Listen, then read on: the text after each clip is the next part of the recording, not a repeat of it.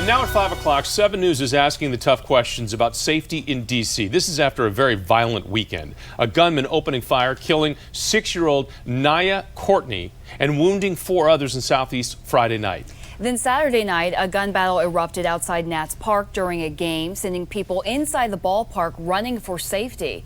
Over the past couple of months, 7 News has reported on the increase in crime in the district. Now, we have pressed the mayor's office and the police department for answers about what is being done to stop all this.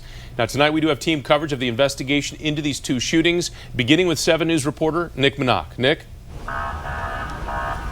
Well, I'll tell you what, this community is heartbroken following the death of Nyiah Courtney. If you take a look behind me, her makeshift memorial on the intersection where she was gunned down has grown considerably over the last 24 hours. And now the community is looking for solutions so this doesn't happen again. The shooting that left 6-year-old Nyiah Courtney dead. I think about her every night since that happened. Has the Congress Heights neighborhood of Washington, D.C. seeking answers. Sad that her mother won't see her grow up. This man has lived here since 1968. He said the liquor store where Nyiah was shot attracts too many people who loiter. And that creates the problem. I think we should put a limit on the amount of liquor stores we have in our community. We oversaturated. 7 News spoke with D.C.'s Ward 8 council member about the shooting and the liquor store, which was closed for 96 hours following Nyiah's death. Do you think this liquor store should remain there right next to this bus stop? Well, so it's not just a matter of a liquor store because it's a store. Any store could be right there.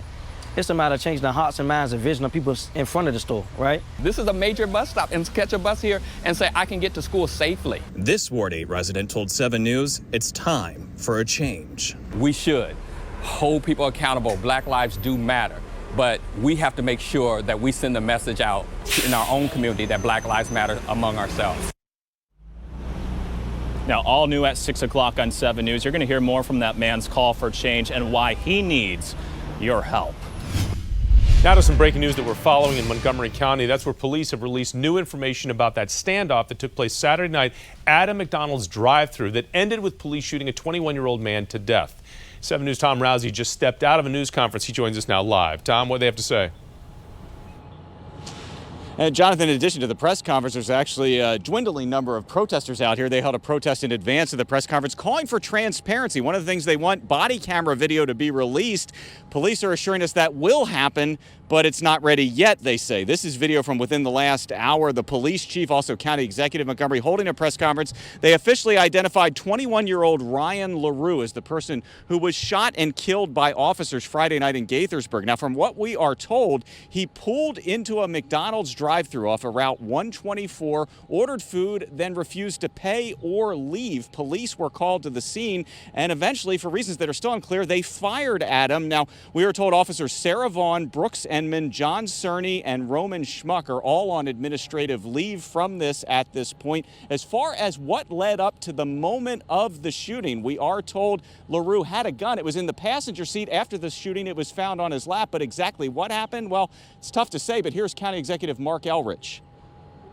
For about 30 minutes of the video that I watched, the conversation was calm. People weren't shouting at Mr. LaRue to get out of his vehicle. Everything seemed to be static and peaceful, but no reason to think anything was going to come about. And within a matter of seconds, all that changed. Now, he has seen the body camera video. Again, police are assuring us it will be released in the near future. It's actually in the hands of the Howard County State's Attorney's Office at this point. They've been asked as an outside part of the law enforcement infrastructure to investigate this instead of it being investigated here in Montgomery County. Reporting live outside police headquarters, I'm Tom Rousey, 7 News. Now at 5:30, a tragedy in Prince George's County's community. An overnight fire killing 3 children in Hillcrest Heights. This is just absolutely heartbreaking. That fire also injuring a firefighter in the process. 7 News Maryland Bureau Chief Brad Bell joining us live now in the neighborhood with the very latest with this investigation. Brad, what happened? Yeah, you know what? Officially, they're not able to say yet, but I can tell you that I've been told by sources that fire began here in the kitchen. And what I want to show you is, see these lower windows? You can see how the fire, the smoke was roaring upwards. Well, upstairs is where at least 2 of the children were with the fire downstairs. They couldn't get out.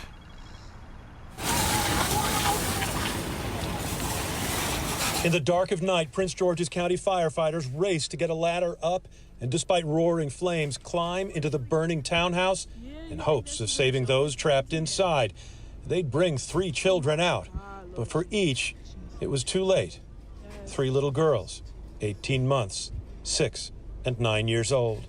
This is a nightmare situation. Absolutely a nightmare situation. It was after 9 a.m. when the first calls came in for this fire on Iverson Street. 2 adults and 4 children had been asleep. 1 adult and 1 of the kids got out okay. Another adult collapsed and is in serious condition. Today, neighbors who had just seen the family enjoying the weekend yesterday, crushed by the tragedy. My heart is broken for this family. Like, I couldn't even imagine that. I wouldn't even know what I would do without my own kids. Like, I couldn't imagine what they're going through. That pain all too visible. A member of the victim's family collapsing in grief, needing medical attention. It's okay. It's okay. The exact cause of the fire not yet released, though sources say it appears the fire started in the kitchen on the stove. What is known is that there were no working smoke alarms in the home. Late this afternoon, firefighters going door to door in the neighborhood, finding more than 50 homes without smoke detectors. The fire department installing new ones. Another painful aspect of what happened here. It's sad. It's terrible. That's the worst thing. And the way the fire looked, it just looked like it wasn't no help. It wasn't no way for them to get out of that. So about those smoke detectors, a source within the fire department told me that number, 55 homes in this immediate community they found this afternoon that did not have smoke detectors. That person saying what happened here should be a reminder to everybody watching to check their smoke detectors right now and make sure they work. In Hillcrest Heights, Brad Bell, 7 News. That's a great tip, Brad. Thank you.